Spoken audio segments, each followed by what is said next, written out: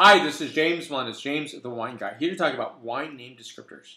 Very important to do in terms of both the scent and, of course, the mouthfeel and the flavor characteristics and so forth.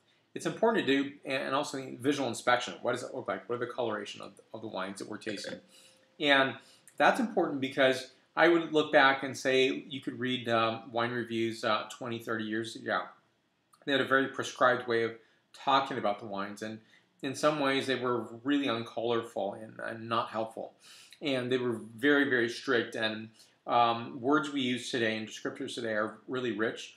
And I think part of that is to artistic license, and I think part of it's just, people are given license to talk about wines in a way that describe what they are tasting and they're experiencing.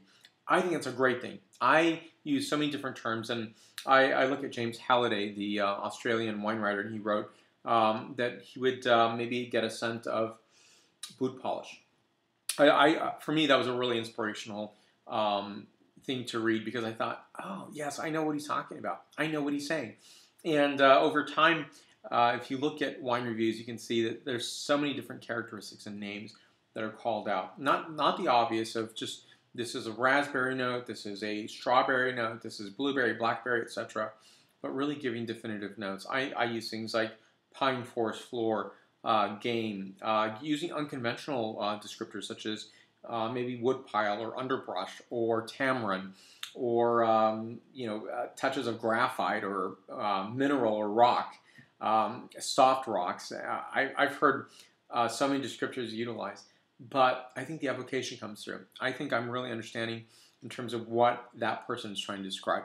I often say things such as a plum orchard in fall time, because for me that was a definitive moment and probably why I decided to be writing about wine, talking about wine, being fascinated about wine, which was going to my aunt's plum orchard and in fall time, smelling the dropped plums on the floor of the orchard, and it was just evocative. It was a scent that I can still smell today. It was just this this amazing notes of suede and baking spices, and another note that's just almost not describable except for the term plum orchard floor, or plum orchard in fall time. It's evocative, and that's what's exciting. That's what brings me to talking about wine. So there's no definitive right, there's no definitive wrong. I've had people ask me, you describe it as blueberries. Are blueberries in there?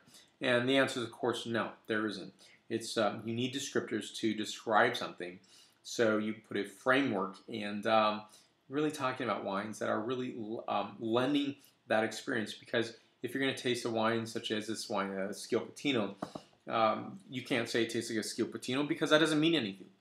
I think that the best way to describe that wine is in terms of its characteristics or major call-out characteristics. It's really important to do.